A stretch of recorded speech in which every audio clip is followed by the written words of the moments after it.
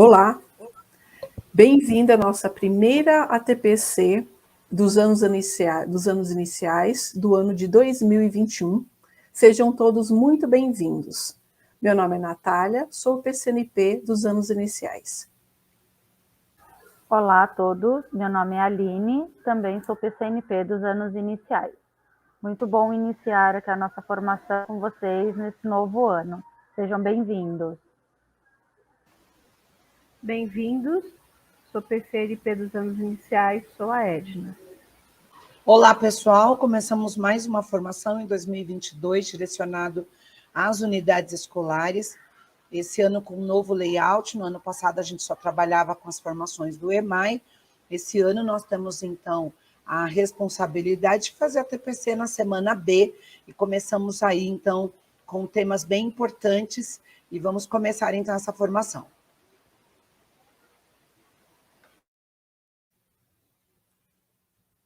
Diretoria de Ensino Sul 1, anos iniciais 2022. Pode seguir, por favor.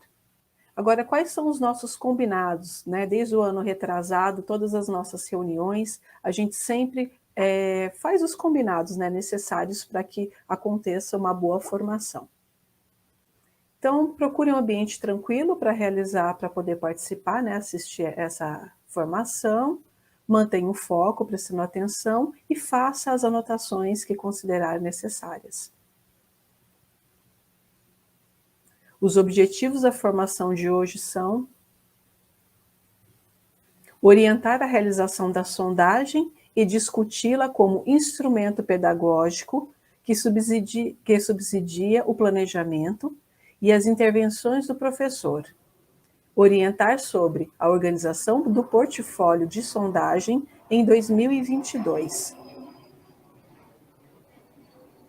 Os conteúdos tratados: sondagem do sistema de escrita e sondagem de escrita numérica. Organização dos documentos no portfólio de sondagem.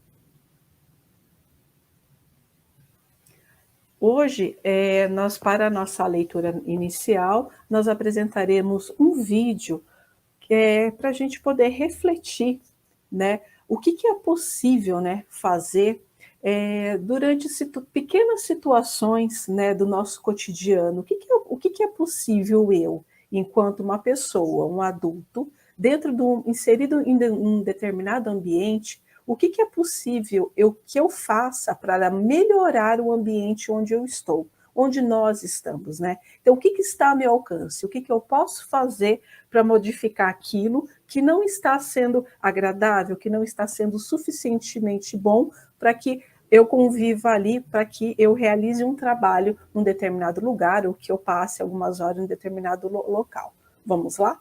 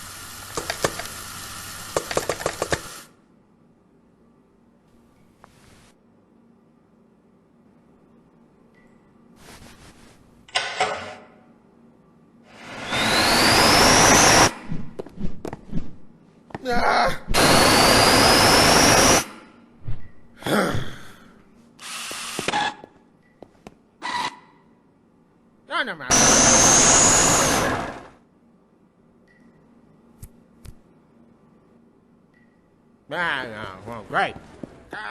Right.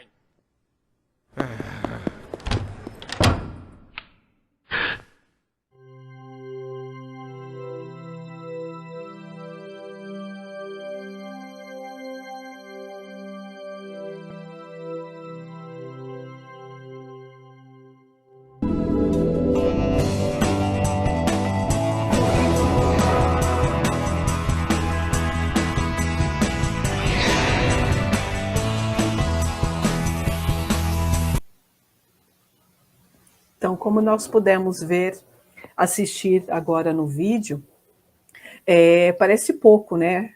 Mostrou o filme mostra um homem entrando no banheiro e onde ele tem a possibilidade de onde ele entra e vê aquilo, para ele é o caos, a luz não acende, o papel higiênico tem no banheiro, não tem em outro, a dificuldade dele para pegar,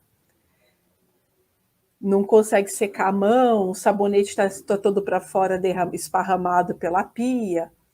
Então, o que pode ser feito, né? No nosso dia a dia, quando nós nos deparamos com situações como essa, né, parecidas com essa, que para a gente parece muitas vezes, e são muito incômodas, e são situações que parecem muitas vezes o caos, o que pode ser feito? O que eu posso observar e como eu posso atuar para que aquela situação melhore, né? Para que esse ambiente seja melhor. Sondagem e sistema de escrita. A sondagem das hipóteses da escrita se configura como um dos recursos que o professor dispõe para conhecer seus estudantes, saber sobre o sistema de escrita e, a partir dela, fazer a interpretação sobre a aprendizagem dessas crianças. Além disso, a sondagem é um momento no qual as crianças têm oportunidade para refletir sobre aquilo que escrevem, particularmente a escolha de quantas e quais letras são utilizadas para escrever determinada palavra, e a relação entre as emissões sonoras, os fonemas, provenientes de palavras faladas, com a parte escrita, os grafemas. Bom, nada mais que a gente está pensando agora em tratar com vocês. Talvez você esteja pensando aí, já sei tanta coisa de sondagem, vou ouvir de novo falar disso. Essa é uma avaliação diagnóstica, principalmente a inicial, em que a gente percebe como que o aluno está evoluindo. O nosso foco hoje, para quem conhece, é revisitar esse conteúdo, retomar que as crianças elas aprendem de forma diferente e tanto o dos primeiros anos quanto dos quintos anos revelam conhecimentos. É disso que nós estamos tratando, é revisitar esse conhecimento sobre sondagem, seja ela de português ou de matemática, e dar condições para vocês pensarem que há necessidade imensa de nós revisitarmos esses conteúdos, tá? E a gente volta a retomar essa questão da sondagem, não só dessa vez, mas a gente vai fazer uma série de ATPCs para a gente aprofundar esse tipo de conhecimento, porque nós não sabemos tudo sobre sondagem e há necessidade de nós revisitarmos. Para você que está no quinto ano, para você que está no quarto, e você que começa com o primeiro ano, com quem eu estou lidando? Como que esse menino aprende? O que ele revela nessas hipóteses e como é que a gente pode intervir? Esse é o nosso objetivo hoje. Nós temos aí um cenário. Em uma reunião de ATPC, no início do ano letivo, um grupo de professoras dos anos iniciais se propõe a organizar a sondagem do sistema de escrita alfabética para suas turmas. Este grupo de professores é bastante heterogêneo, reunidos docentes muito experientes e outros com pouca prática na sala de aula. Logo, surgem muitas dúvidas sobre o objetivo e a forma de realização da sondagem. Vários professores expressam suas dúvidas. Vejam algumas delas. Por que o ditado deve iniciar com palavras polissílabas, depois trissílabas, dissílabas e, por último, monossílabo? Não seria mais fácil ditar palavras como babá, bacia, bebê, bico e boi, pois são palavras que as crianças já conhecem e, assim, têm maior chance de acertar? Pensando nesse questionamento aí, nós vamos dar alguns segundinhos para vocês. Por que será que a gente tem essa formatação de sondagem? Por que há necessidade? Então, você está sozinho aí, ou você está com um segmento, reflita por que dessa necessidade. O que você acha sobre esse conhecimento? Você sabe ou você simplesmente aplica a sondagem porque o coordenador mandou e porque você quer saber como é que os seus alunos estão? Qual é o motivo que nós temos? Vamos revelar, então, depois de você pensar sobre isso, o que os autores dizem sobre essa formatação da sondagem. Ao contrário do que pensamos, para a criança que ainda não constitui conhecimento sobre o sistema de escrita alfabético, é mais simples a escrita de palavras com mais sílabas. O que está em questão não é a nomenclatura sílaba, mas no contato com palavras que propõem em jogo a hipótese, a quantidade mínima de letras. Bom, diferente do que era antigamente, que a gente fazia aquele ditado, quem está na rede ou foi alfabetizado, lembra que a gente fazia ditado e o objetivo era contar quantas palavras você acertava, então tinha uma competição, acertei 10 das 20 ditadas. Tá? O objetivo dessa sondagem não tem essa conotação de quantificar acertos ou erro, por isso que a gente não põe certo em sondagem, porque o objetivo é saber quanto que essas crianças sabem a respeito disso. É uma avaliação. Sondar é saber até quanto os meus alunos sabem. Sondar tem esse significado. Quando se faz uma construção de um terreno, pensa-se, vou colocar uma sonda para saber se eu posso fazer um prédio, se eu posso fazer um barraco, se eu posso fazer uma casa. Sondagem é para isso, é para saber qual é a estrutura de conhecimento que esses meninos têm. É por isso que tem essa organização. Lembrando que quando o menino tem muitas coisas para escrever, exemplo, paralelepípedo, ele se sente muito mais à vontade, porque na hipótese pré-silábica ele coloca um monte de letras, e ele não acredita que eu possa escrever com menos letras. Então, diante disso, a gente começa com uma polissílaba para dar oportunidade daquele que está na hipótese pré-silábica se arriscar a escrever palavras. Né? Então, esse é o objetivo. Pode seguir. Para que solicitar a leitura da palavra ditada se os alunos, no início do ano, não sabem ler?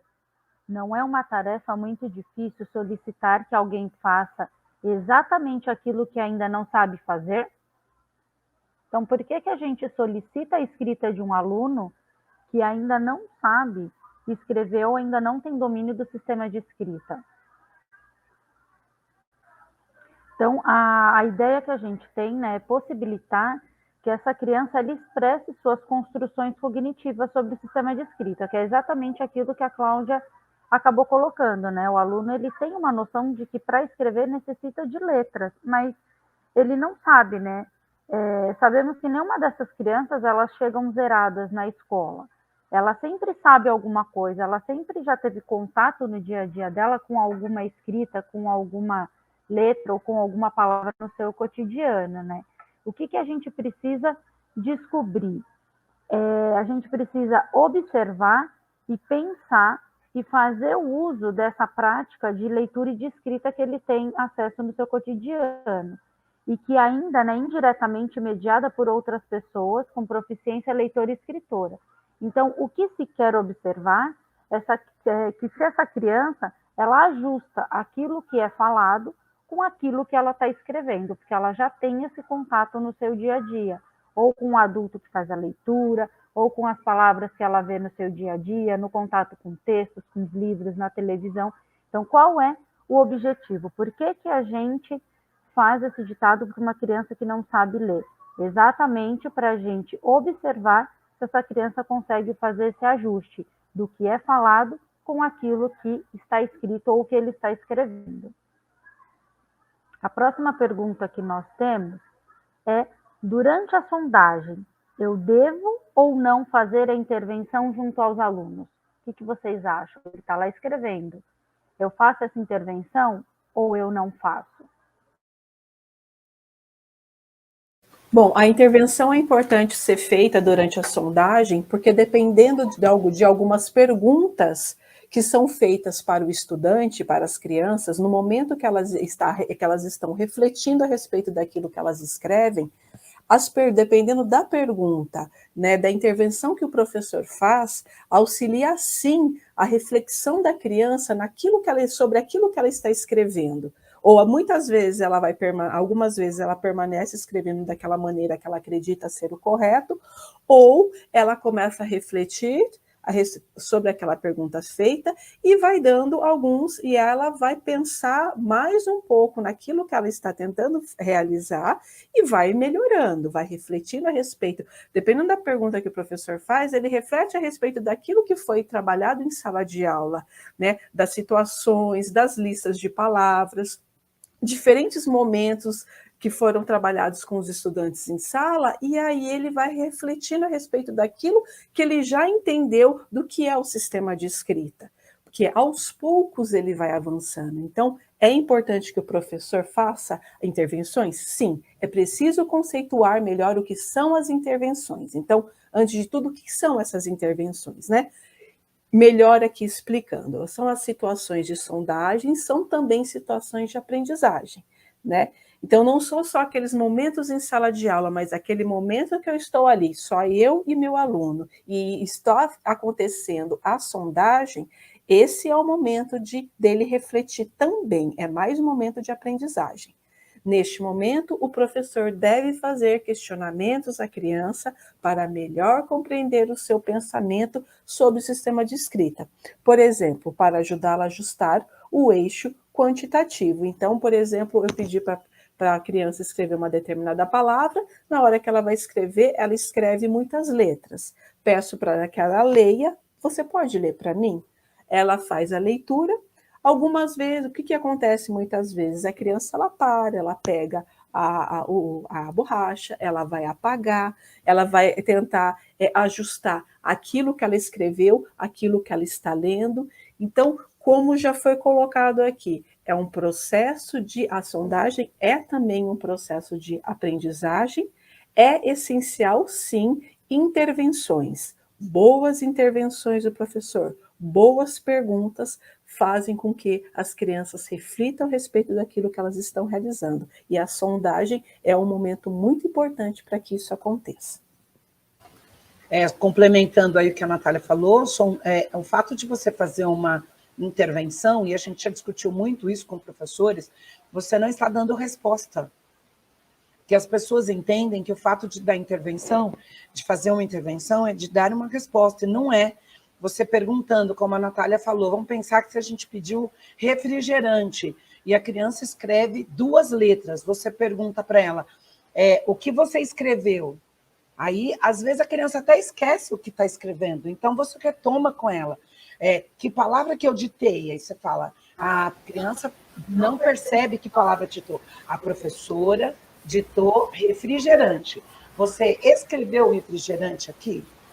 Então, se você faz esse tipo de questionamento, você não está dando resposta.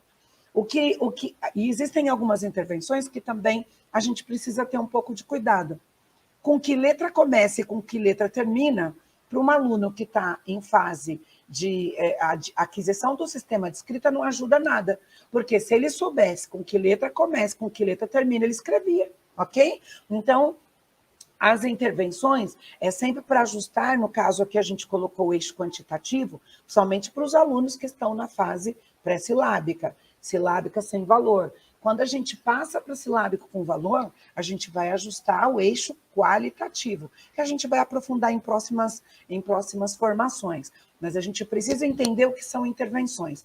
E é claro que você pode estar se perguntando, puxa, tanto tempo que eu estou fazendo sondagem, nunca ninguém me falou isso. Ou disseram que não era para falar isso. Nós estamos sempre estudando e aprimorando esses conhecimentos, a modo que a gente perceba que a sondagem é o que diz aqui. É uma situação de aprendizagem. O menino está aprendendo. Eu não estou fazendo um ditado por fazer, mas eu estou questionando e observando. Pensa sempre numa sondagem, num exame que você faz, um diagnóstico que você faz para levar para o teu médico, um hemograma.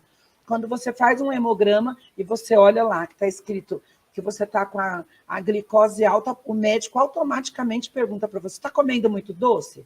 Está comendo muito açúcar, o que você está comendo? O médico não está fazendo a intervenção, mas ele te faz refletir que a sua glicemia está alta exatamente porque você está exagerando na quantidade de açúcar. E isso não é o fato de dar resposta, mas você já começa a pensar. Então, pensa isso também como se fosse um hemograma.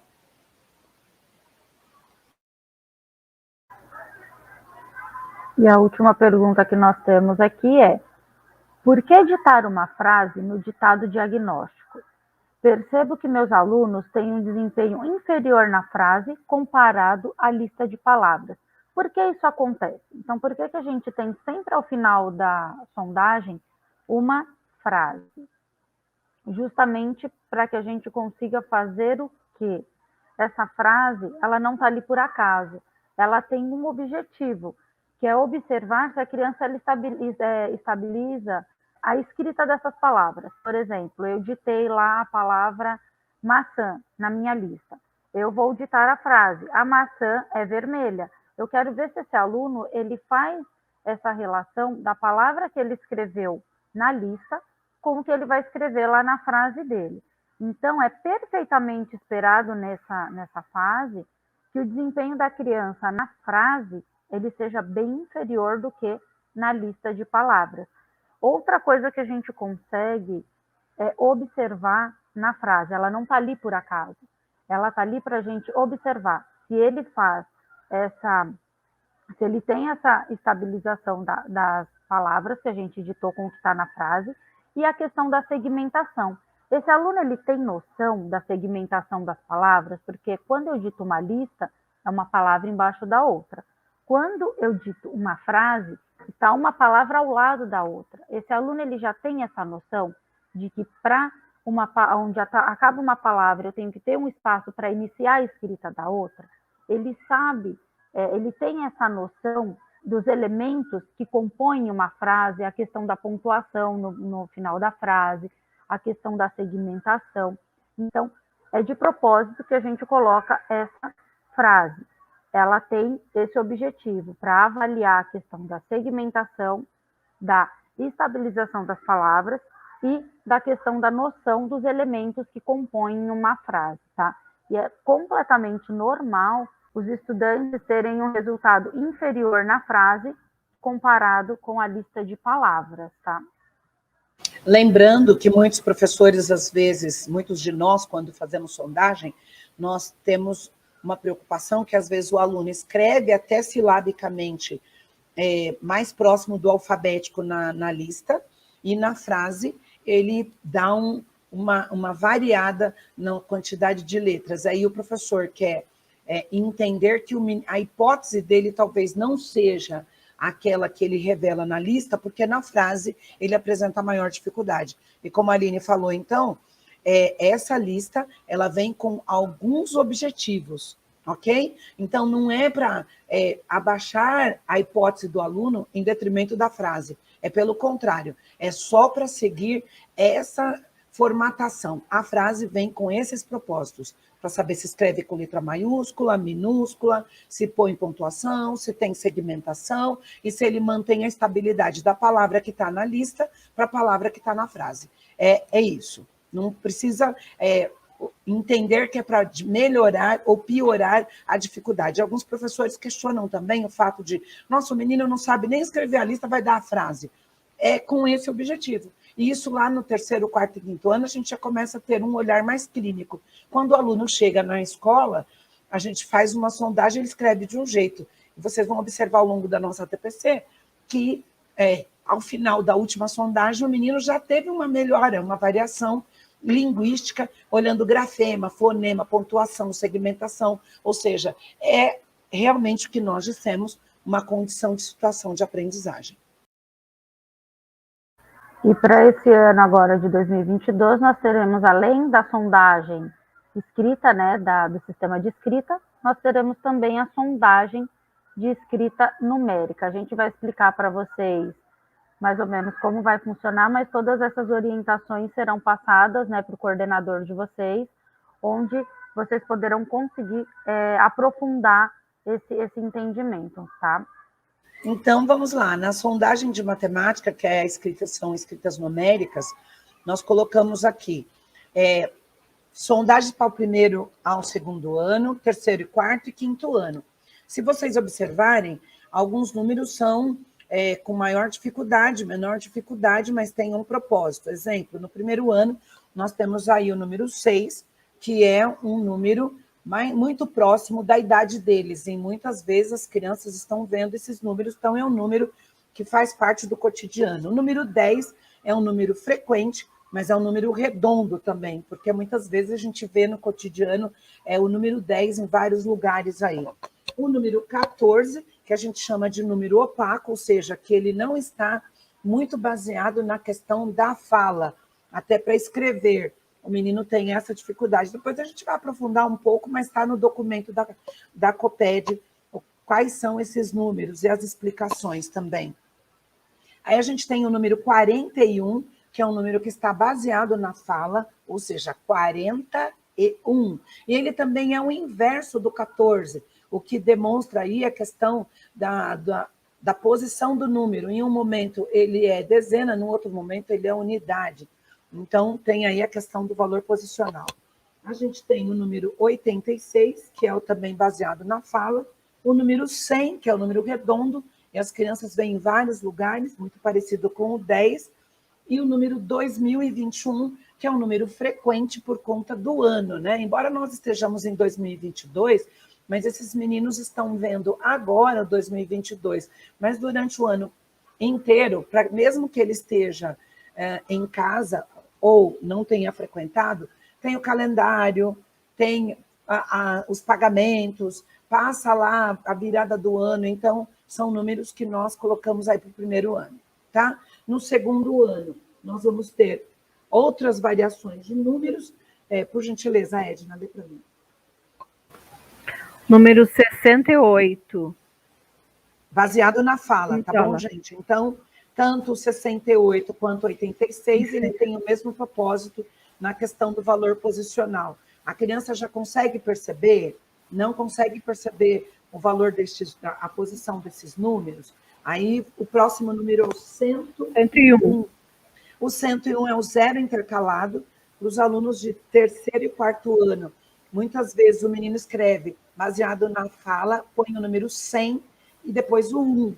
Se ele fizer isso, é um tipo de intervenção. Se ele escreve 101, ele já percebe que a gente, a partir do 100, muda a casa da unidade, né? Então, você mantém a centena, a dezena, e na unidade ele muda. Próximo número... 555.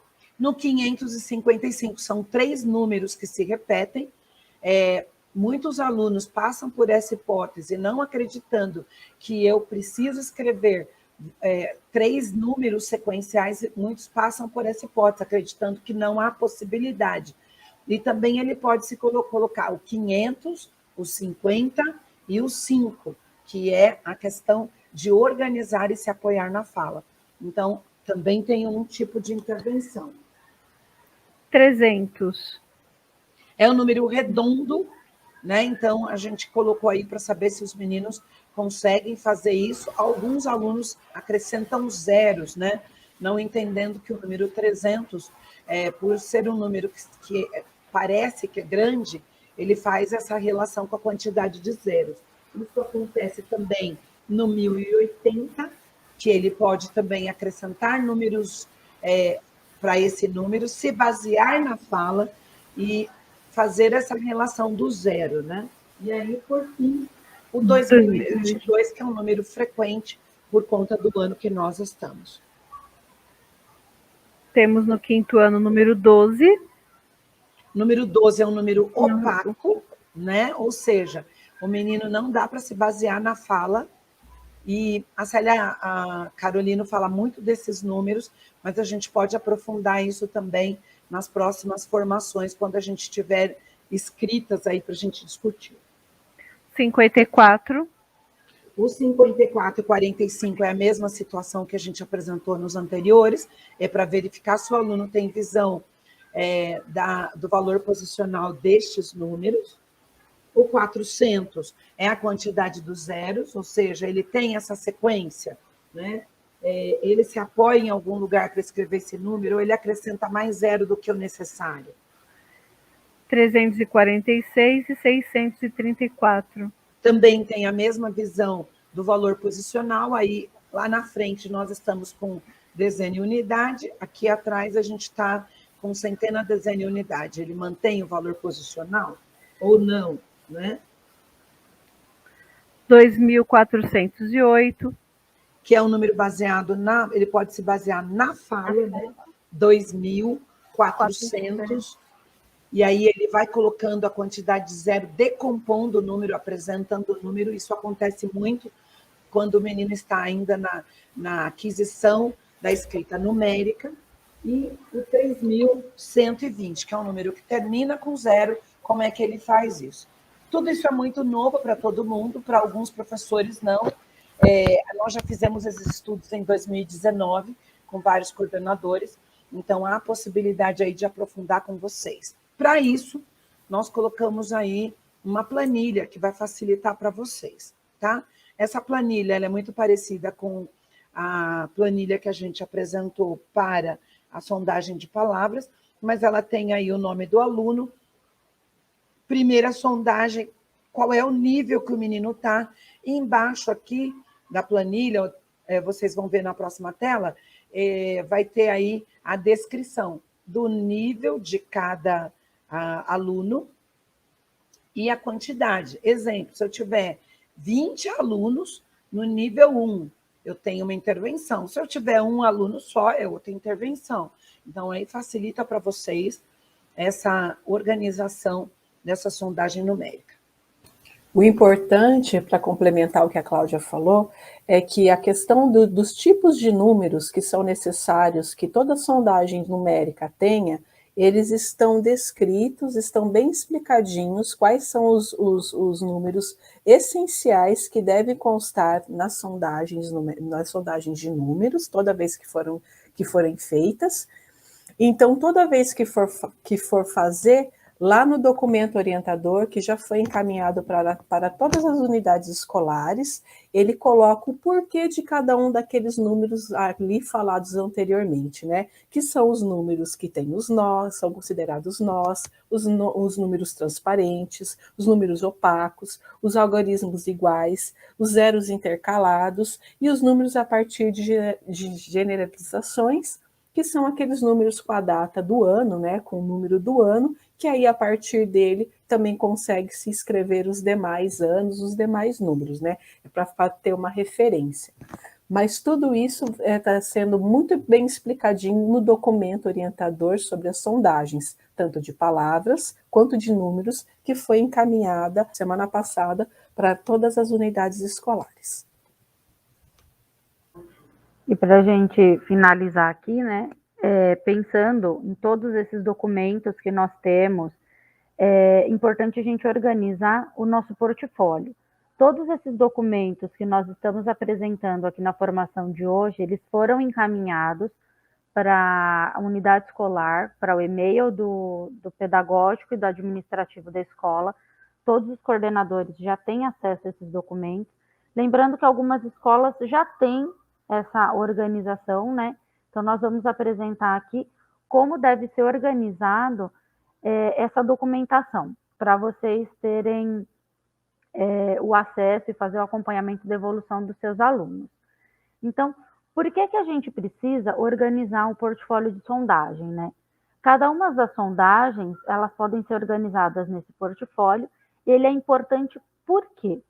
Para o professor da turma, a equipe gestora, os PCNPs, os supervisores, para que eles usem esse material como um instrumento, sempre que necessário, para avaliar e observar os avanços de cada estudante. Então, isso é muito importante, a gente ter todo esse documento ele organizado. Até porque, às vezes, a gente vai fazer um acompanhamento pedagógico, o professor muda de turma, troca-se o professor, então é importante ter isso tudo documentado para que ele entenda qual é o nível que esse estudante está, quais são as dificuldades, e através desse documento fica mais fácil fazer essa análise das hipóteses de escrita e numérica dos estudantes da sala. Então, outra coisa importante, né, a alimentação do sistema do mapa classe, isso a gente também vai falar posteriormente, que alguns professores, a maioria já está acostumado, que é o preenchimento das hipóteses lá no sistema do mapa classe. E nesse sentido, todos os dados, eles devem ser inseridos pelo professor, tanto no mapa classe digital, quanto nesse portfólio, com o objetivo, né, como eu já falei, de deixar isso registrado para que o acompanhamento dos avanços no dia a dia seja melhor estudado e o professor consiga ver quais são as dificuldades desse aluno para poder fazer as intervenções. Então, como que eu vou organizar o meu portfólio? A gente está colocando aqui uma sugestão, né? Então, ele deve ser feito em uma pasta catálogo, aquelas pastas de plásticos, e a gente sugere colocar uma capa nesse portfólio, contendo a identificação da turma, da escola, o nome do professor. Então, a gente colocou aqui uma capinha, né, com o nome da escola, o nome do professor, a turma e o período, se é da turma da manhã ou da tarde, para ficar mais fácil para a identificação.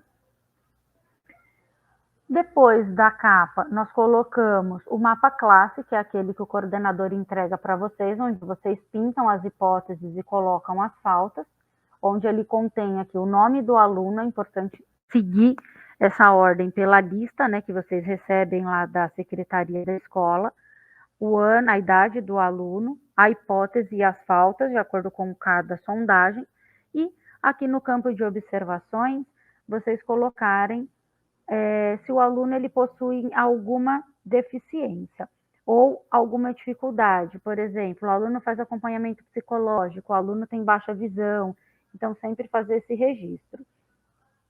Coloquei lá a minha capa, o meu mapa de sondagem de escrita.